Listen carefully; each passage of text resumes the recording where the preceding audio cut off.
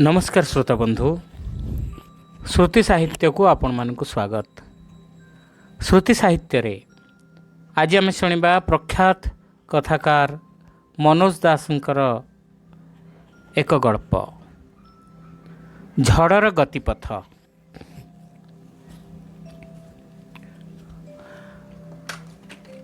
Who who बतास जेमिति जुग जुगांतर पातालपुरीर एक निषिद्ध अंचल रे जादू फरुआटीए भितरे से रहिथिला बंदी होई हठात मुक्ति पाई तार असीम गंतव्य मार्ग रे बराबर विश्वर समस्त किछि को चूर्णीभूत करी उड़ाई नहीं जावाकु चाहे।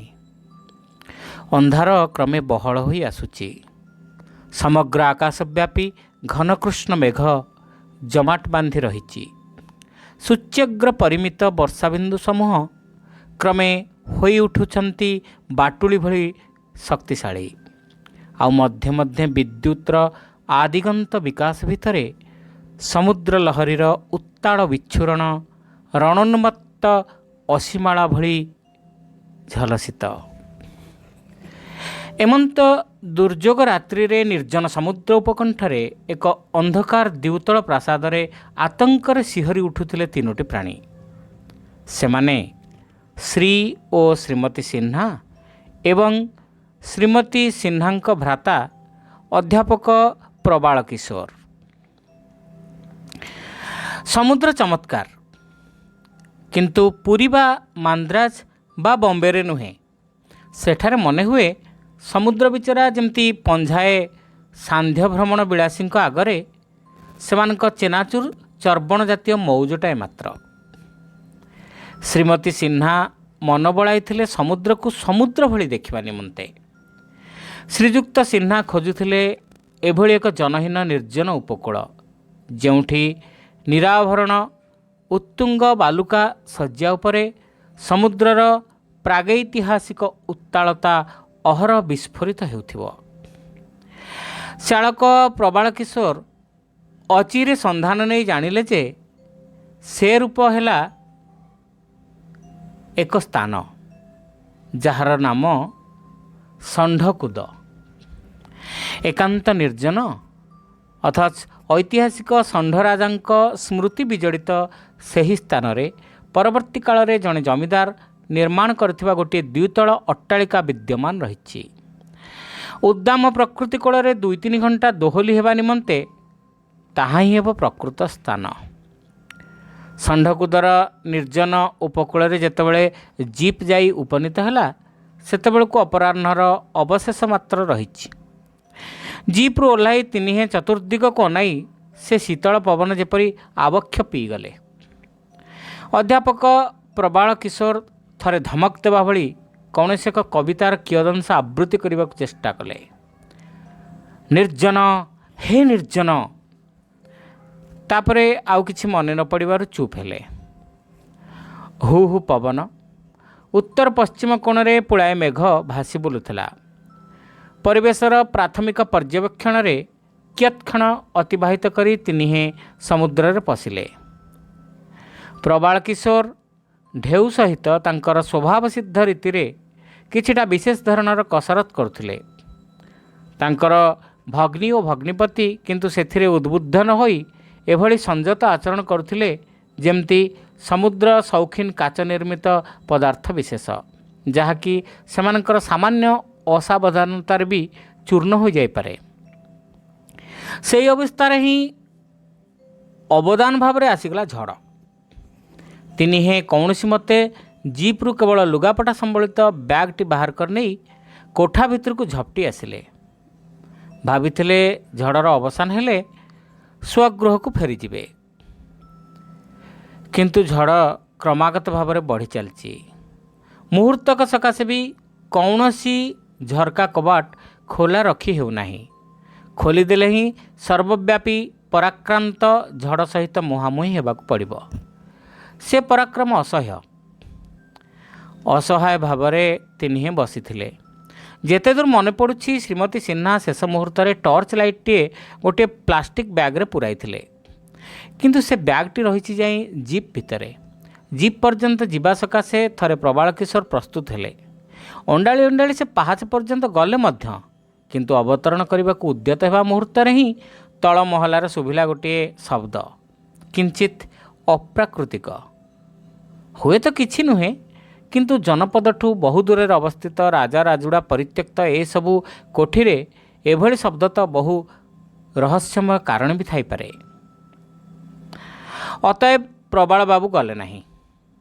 ତାପରେ ସିହ୍ନା ସାହେବ ଶାଳକଙ୍କୁ ଈଷତ୍ ଭର୍ତ୍ସନା କରି ସ୍ୱୟଂ ଅଗ୍ରସର ହେଲେ। କିନ୍ତୁ ହଠାତ୍ ତାଙ୍କର ମନେ ପଡ଼ିଲା, ବିନା ଚଷମାରେ କୁଆଡ଼େ ହେଲେ ଅଗ୍ରସର ହେବାକୁ ସେ 20 ବର୍ଷ ହେଲା ଭୁଲିଗଲେଣି। ସମୁଦ୍ର ଭିତରକୁ ପଶିବା ପୂର୍ବରୁ ଚଷମାଟି ସେ ଜିପ୍ରେ ଥୋଇଥିଲେ। ଅବଶ୍ୟ ପ୍ରବାଳ କିଶୋର ନମ୍ର ଭାବରେ ଗହନ ଅନ୍ଧକାର ମଧ୍ୟରେ ଚଷମାର ଭୂମିକା ସମ୍ପର୍କରେ ଥରେ ପ୍ରଶ୍ନ ଉଠାଇଲେ। କିନ୍ତୁ ସିହ୍ନା ସାହେବ ସେ ପ୍ରଶ୍ନର ଉତ୍ତର ନ ଦେଇ ଅନୁଶୋଚନା ପ୍ରକାଶ କରୁଥିଲେ ଯେ ଅଧ୍ୟାପକଙ୍କ ଭଉଣୀ ଉପର୍ଯ୍ୟୁ ପରି ଅଭିମାନ କରି ତାଙ୍କର ଧୂମପାନ ଅଭ୍ୟାସଟି ଛଡ଼ାଇ ଦେଇନଥିଲେ। ଏହି ବିପଜ୍ଜନକ ମୁହୂର୍ତ୍ତରେ ଅବଶ୍ୟ ତାଙ୍କ ପାଖରେ ଦିଆସିଲଟିଏ ନିଶ୍ଚିତ ଥାନ୍ତା। ତାପରେ ପ୍ରବାଳ କିଶୋର ଓ ସିହ୍ନା ସାହେବ ଏକତ୍ର ଜିପ୍ ପାଖକୁ ଯିବା ନିମନ୍ତେ ପ୍ରସ୍ତୁତ ହୁଅନ୍ତେ, ଶ୍ରୀମତୀ ସିହ୍ନା ଏକାକିନୀ ରହିବାକୁ ରାଜି ହେଲେ ନାହିଁ କି ସାଥିରେ ଯିବା ପ୍ରସ୍ତାବକୁ ମଧ୍ୟ ସମର୍ଥନ ଜଣାଇଲେ ନାହିଁ। ଅତଏବ ତିନିହେଁ ବସି ରହିଲେ। ଚୂନ ପଲସ୍ତରା ଖସି ଖସି ପଡ଼ୁଛି। ଝଡ଼ର ଗତିବେଗ ବଢ଼ି ବଢ଼ି ଚାଲିଛି। ଝରକା ଗୁଡ଼ିକରୁ କର୍ମଡ଼ ଶବ୍ଦ ନିର୍ଗତ ହେଉଛି। ଭୁସ୍ କିନା ଗୋଟିଏ ମୁହୂର୍ତ୍ତରେ କୋଠାଟି ଧୂଳିସାତ ହୋଇଯିବା ବିଚିତ୍ର ନୁହେଁ। ଝଡ଼ର ପ୍ରକୋପ କିଛି ମାତ୍ରାରେ ସହ୍ୟ କରିନେଇ କୋଠା ଉପରେ ବସୁଥିବା ମାଡ଼କୁ ଲାଘବ କରିବା ନିମନ୍ତେ ନିକଟବର୍ତ୍ତୀ ଅଞ୍ଚଳରେ ବଡ଼ ଧରଣର ଗଛଟାଏ ବି ନାହିଁ। ଝଡ଼ର ଗତି ସହିତ ତାଳ ଦେଇ ସମୁଦ୍ରର ଗର୍ଜନ ବି ଭୟାବହ ହୋଇ ଉଠୁଥିଲା। ଏ ଏକ ମାରାତ୍ମକ ଝଡ଼, ପ୍ରବାଳବାବୁ କହିଲେ। କିନ୍ତୁ ଆମର ବର୍ତ୍ତମାନ ଉପାୟ କ'ଣ? ବଡ଼ ଉଦ୍ବିଗ୍ନ ସ୍ୱରରେ ଜିଜ୍ଞାସା କଲେ ଶ୍ରୀମତୀ ସିହ୍ନା। ଏଭଳି ଝଡ଼ ପୃଥିବୀରେ କ୍ୱଚିତ୍ ହୁଏ, ପ୍ରବାଳ କିଶୋର କହି ଚାଲିଲେ। ସେହି ଆଦିମତମ ଯୁଗରେ ଯେତେବେଳେ ଏ ପୃଥିବୀର ପୃଷ୍ଠଭାଗରେ ତାର ରୂପ ନିୟତ ବଦଳି ଚାଲିଥିଲା, ସେତିକିବେଳେ ଏଭଳି ଝଡ଼ ସମ୍ଭବପର ହେଉଥିଲା। ଶ୍ରୀମତୀ ସିହ୍ନା ଆତଙ୍କିତ ଭାବରେ ପଚାରିଲେ, ଏ ଘର ରହିବ ତ? ଆମେ ବଞ୍ଚିବା ତ? ପ୍ରବାଳ କିଶୋର ସଶବ୍ଦେ ହସି ଉଠିଲେ। ଆମେ ବଞ୍ଚିବାଟା ନିହାତି ଗୌଣ କଥା। ହୁଏତ ଏତେବେଳକୁ ସାରା ପୃଥିବୀର ଅର୍ଦ୍ଧାଧିକ ବ୍ୟାପୀ ପ୍ରଳୟ ହୋଇସାରିବଣି। ମୋର ମନେ ହୁଏ ସମୁଦ୍ର ଫୁଲି ଉଠି ଆମର ଏଇ କୋଠା ଚାରିପଟେ ବେଢ଼ିଗଲାଣି। ଏହାପରେ ଶ୍ରୀମତୀ ସିହ୍ନା ଆଉ କଥା କହିନାହାନ୍ତି। ବହୁ ସମୟ ବ୍ୟବଧାନରେ ହୁଏତ ଅଧ୍ୟାପକ ହଠାତ୍ ସଙ୍ଗୀତ ଚର୍ଚ୍ଚା କରି ଉଠୁଥିଲେ ଅଥବା ଚର୍ଚ୍ଚିଲଙ୍କ ଯୁଦ୍ଧକାଳୀନ ବକ୍ତୃତାର କିୟଦଂଶ ଆବୃତ୍ତି କରୁଥିଲେ। ସିହ୍ନା ସାହେବ ମଧ୍ୟେ ମଧ୍ୟେ ଝରକା ଖୋଲି ନିଶାର୍ଦ୍ଧର ସେହି ବିପର୍ଯ୍ୟସ୍ତ ପ୍ରକୃତିକୁ ପର୍ଯ୍ୟବେକ୍ଷଣ କରି ତହିଁ ମଧ୍ୟରେ ନିଜସ୍ୱ ଜିପ୍ଟିର ଅବସ୍ଥିତି ନିରୂପଣ କରିବାର ଚେଷ୍ଟା କରୁଥିଲେ। କିନ୍ତୁ ସମ୍ଭାଳି ନ ପାରି ପୁନଶ୍ଚ ଝରକା ବନ୍ଦ କରିବାରେ ବିପୁଳ ଶକ୍ତି ପ୍ରୟୋଗ କରୁ କରୁ ଚଷମାଟି ସମ୍ପର୍କରେ କ୍ଷୋଭ ପ୍ରକାଶ କରୁଥିଲେ।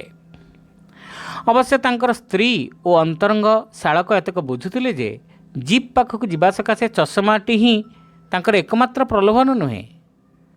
ଶ୍ରୀମତୀ ସିହ୍ନାଙ୍କ ଉପର୍ଯ୍ୟୁ ପରି ଅଭିମାନରେ ସେ ଯେପରି ଧୂମପାନ ତ୍ୟାଗ କରିଥିଲେ, ସେହିପରି ତ୍ୟାଗ କରିଥିଲେ ଅନ୍ୟାନ୍ୟ ପାନ ମଧ୍ୟ। କିନ୍ତୁ ଅଭ୍ୟାସବଶତଃ ସେ ସର୍ବଦା ନିଜ ସହିତ ନିରୀହ ବ୍ରାଣ୍ଡିପୂର୍ଣ୍ଣ ଅନତିବୃହତ୍ ବୋତଲଟିଏ ରଖୁଥିଲେ। କ୍ୱଚିତ୍ କେବେ ସ୍ନାୟୁ ଉପରେ କୌଣସି କାରଣରୁ ଅତ୍ୟଧିକ ଚାପ ପଡ଼ିଲେ ସ୍ତ୍ରୀଙ୍କ ଅନୁମତିକ୍ରମେ ସେଥିରୁ ଔଷଧ ମାତ୍ରାରେ ସେ ଅଳ୍ପ ସେବନ କରୁଥିଲେ। ଅନ୍ୟଥା ତାକୁ କେବଳ ମଧ୍ୟ ମଧ୍ୟ ସେ ଅବଲୋକନ କରୁଥିଲେ। ଏହି ଭୟଙ୍କର ରାତିରେ ସ୍ନାୟୁ ଉପରେ ଚାପ ପଡ଼ିବା ସ୍ୱାଭାବିକ। କିନ୍ତୁ କେଇ ଗଜ ମାତ୍ର ଦୂରରେ ଥିବା ଜିପ୍ ଓ ତାଙ୍କ ମଧ୍ୟରେ ଜୀବନ ମରଣର ବ୍ୟବଧାନ। ପ୍ରାୟ ମଧ୍ୟରାତ୍ର ପର୍ଯ୍ୟନ୍ତ ଝଡ଼ କ୍ରମାଗତ ଉଦ୍ଦଣ୍ଡ ହୋଇ ଚାଲିଲା। ମଝିରେ ଥରେ ଶ୍ରୀମତୀ ସିହ୍ନା ଆପଣାର ଭୟାବହ ଭବିଷ୍ୟତ କଥା ଚିନ୍ତା କରି କାତର ହୋଇ ଅଳ୍ପ କାନ୍ଦିଥିଲେ। ଘଡ଼ଘଡ଼ି ଶବ୍ଦର ଭୀଷଣତା ସହିତ ପ୍ରବାଳ ବାବୁଙ୍କର ଆବୃତ୍ତି ଅଧିକ କ୍ଷଣ ତାଳ ଦେଇ ପାରିଲା ନାହିଁ। ତେଣିକି ଚୁପଚାପ ତିନିହେଁ କାନ୍ଥକୁ ଆଉଜି ବସି ରହିଲେ। ରାତ୍ରି ଶେଷାର୍ଦ୍ଧ ବେଳକୁ ଝଡ଼ର ପ୍ରକୋପ କମିଲା। କ୍ରମେ ସିହ୍ନା ସାହେବ ଝରକା ଖୋଲି ଏକାଦିକ୍ରମେ କିଛି ସମୟ ପର୍ଯ୍ୟନ୍ତ ବାହାରକୁ ଅନାଇବାକୁ ସକ୍ଷମ ହେଲେ। ସେତେବେଳକୁ ଭଟ୍ଟାକାଳୀନ ସମୁଦ୍ରର ପ୍ରଶମିତ କଳରୋଳ ବ୍ୟତୀତ ବିଶ୍ୱଜଗତର ସମସ୍ତ କୋଳାହଳ ଯେମିତି ଚିରତର ନିସ୍ତବ୍ଧ ହୋଇଯାଇଛି। କ୍ରମେ ଚାରିଦିଗ ଫର୍ଚ୍ଚା ହୋଇ ଆସିଲା। ତିନିହେଁ ଦ୍ୱିତଳରୁ ଅବତରଣ କଲେ ଓ ଜିପ୍ ଆଡ଼କୁ ଅଗ୍ରସର ହେବାକୁ ଲାଗିଲେ। ଜିପ୍ର ଅଦୂରରେ କିନ୍ତୁ ସେମାନଙ୍କୁ ତଟସ୍ଥ ଭାବରେ ଛିଡ଼ା ହୋଇ ଯିବାକୁ ପଡ଼ିଲା। ପ୍ରବାଳ ବାବୁ ପଚାରିଲେ, ଇଞ୍ଜିନ୍ଟି ତାହେଲେ କ'ଣ ଗତକାଲି ବନ୍ଦ କରାଯାଇନଥିଲା? ମୁଁ ଜରୁର ବନ୍ଦ କରିଛି, ସିହ୍ନା ସାହେବ ଜୋର ଦେଇ କହିଲେ। ତେବେ ଜିପ୍ଟା ଷ୍ଟାର୍ଟ ଧରିଲା କିପରି? ଜିପ୍ ଜାତିର ଇତିହାସରେ କେବେ ଝଡ଼ର ପ୍ରକୋପରେ ତାହା ବଳେ ବଳେ ଷ୍ଟାର୍ଟ ଧରିଯିବାର ଦୃଷ୍ଟାନ୍ତ ଦେଖିବାକୁ ମିଳିପାରିବ କି? ପ୍ରବାଳବାବୁ ଅତ୍ୟନ୍ତ ବିବ୍ରତ ହୋଇ ପ୍ରାୟ ହିଂସ୍ର ଭାବରେ ନିଜସ୍ୱ ଚନ୍ଦାମୁଣ୍ଡ ରାମ୍ପୁଡ଼ିବାକୁ ଲାଗିଲେ। ଇତିମଧ୍ୟରେ ସିହ୍ନା ସାହେବ ଗାଡ଼ି ନିକଟକୁ ଯାଇ ତାହାକୁ ପରୀକ୍ଷା କରି ସାରିଥିଲେ। ସେ ଉଚ୍ଚକଣ୍ଠରେ ଘୋଷଣା କଲେ, ଏହା ଇଞ୍ଜିନ୍ର ଶବ୍ଦ ନୁହେଁ। ଆଉ ତେବେ? କୌଣସି ଜଣେ ବ୍ୟକ୍ତି ଭିତରେ ଶୋଇ ଘୁଙ୍ଗୁଡ଼ି ମାରୁଛନ୍ତି। ସିହ୍ନା ସାହେବ ଓ ଅଧ୍ୟାପକ ଅତଃପର ଝିଙ୍କାଝିଙ୍କି କରନ୍ତେ ବ୍ୟକ୍ତିଟିର ନାସିକା ଗର୍ଜନ ସ୍ତିମିତ ହୋଇ ଆସିଲା ଓ ସେ ଧୀରେ ଧୀରେ ଉଠି ବସି ସଲ୍ଲଜ ଭାବରେ କହିଲା, ମୁଁ ଡମ୍ବରୁଧର ଆଜ୍ଞା। ପରିଚୟଟି କ'ଣ ଯଥେଷ୍ଟ ହେଲା? ପ୍ରବାଳ କିଶୋର ତାଙ୍କର ଭଉଣୀଙ୍କୁ ଅନାଇ ପ୍ରଶ୍ନଟି ପଚାରିଲେ। ଡମ୍ବରୁଧର ଶୁଣିପାରି ଦ୍ୱିଗୁଣ ଉତ୍ସାହରେ କହିଲା, ମୁଁ ଆଜ୍ଞା ପ୍ରକୃତରେ ଡମ୍ବରୁଧର। ମାଇଲିଏ ଦୂରରେ ମୋ ଘରକୁ ଯାଇଥିଲି। ଆସିଲା ବେଳକୁ ଆପଣମାନେ କୋଠି କବାଟ ବନ୍ଦ କରି ସାରିଲେଣି, ତେଣୁ ଏଇଠି ଶୋଇପଡ଼ିଲି। ସେତେବେଳକୁ ସିହ୍ନା ସାହେବ ତାଙ୍କ ବ୍ୟାଗ୍ ଭିତରୁ ଅନତି ବୃହତ୍ ଶୂନ୍ୟ ବୋତଲଟିଏ ବାହାର କରି ଦୀର୍ଘ ନିଶ୍ୱାସ ସହକାରେ ତାକୁ ନିରୀକ୍ଷଣ କରୁଥିଲେ। ଡମ୍ବରୁଧର ତାଙ୍କ ପାଖକୁ ଘୁଞ୍ଚି ଆସି କାନମୁଣ୍ଡା ଆଉଁସି ଆଉଁସି କହିଲା, ହଜୁର, ବଡ଼ ଶୋଷ କଲା। ଆଉ ପିଇବା ପାଣି ତ ରହିଲା କୋଠି ଭିତରେ। ମୁଁ ଜାଣିଲି ଯେ ଏଇଟା ବାସ୍ନା ତେଲର ବୋତଲ ନୁହେଁ। ମଧ୍ୟେ ମଧ୍ୟେ ବାବୁ ଭାଇମାନେ ତ ଏଠାକୁ ଆସନ୍ତି, ସେମାନଙ୍କ ପ୍ରସାଦରୁ ମୁଁ ସବୁ ଗନ୍ଧ ଜାଣିସାରିଛି। ଏତେବେଳକୁ ଜଣାପଡ଼ି ଯାଇଥିଲା ଯେ ଡମ୍ବରୁଧର ହେଲେ କୋଠିର ଚୌକିଦାର। ପ୍ରବାଳ ବାବୁ ତାକୁ ଲକ୍ଷ୍ୟ କରି କହିଲେ, ଆହା, ଝଡ଼ ରାତିଯାକ ତୁମକୁ ଆମେ ବହୁତ କଷ୍ଟ ଦେଲୁ। କଷ୍ଟ? ଡମ୍ବରୁଧର ଅବାକ ହୋଇ ଚାହିଁ ରହିଲା। ମୁଁ ଗତ ରାତିର ଭୟଙ୍କର ଝଡ଼ କଥା କହୁଛି, କହିଲେ ପ୍ରବାଳ କିଶୋର। ଡମ୍ବରୁଧର ସ୍ୱାଗତୋକ୍ତି କଲା ଭଳି କହିଲା, ହଁ, ଥଣ୍ଡା ପବନ ବହୁଥିଲା ଅବଶ୍ୟ, ଆଉ ବର୍ଷା ବି ଆରମ୍ଭ ହୋଇଯାଇଥିଲା। ତେବେ ଝଡ଼ଟା କେତେବେଳେ ଚୁପଚାପ ହୋଇଗଲା ମୁଁ ଆଜ୍ଞା ନିଦରେ ଶୋଇକରି ଜାଣିପାରିଲି ନାହିଁ। ଶ୍ରୀମତୀ ସିହ୍ନା ହସିଲେ, କାରଣ ଅର୍ଦ୍ଧାଧିକ ପୃଥିବୀବ୍ୟାପୀ ପ୍ରଳୟ ସମ୍ପନ୍ନ ହୋଇଯାଇଥିବା ସମ୍ପର୍କରେ ଅଧ୍ୟାପକ ପ୍ରବାଳ କିଶୋରଙ୍କର ନିଶାର୍ଦ୍ଧ ପ୍ରଦତ୍ତ ବିବୃତ୍ତି ଉପରେ ତାଙ୍କର ଏତେବେଳକୁ ଅନାସ୍ଥା ଆସିଯାଇଥିଲା। ଜିପ୍ ଷ୍ଟାର୍ଟ ଧରୁନଥିଲା। ଡମ୍ବରୁଧର ଏକା ନିଶ୍ୱାସକେ 4-5 ଗଜ ଠେଲି ନେଇଯାଆନ୍ତେ ଇଞ୍ଜିନ୍ଟି ଜୀବନ୍ତ ହୋଇଉଠିଲା ଓ ଦୂରାନ୍ତର ବଣବୁଦା ଭିତରେ ଅଚିରେ ଅଦୃଶ୍ୟ ହୋଇଗଲା।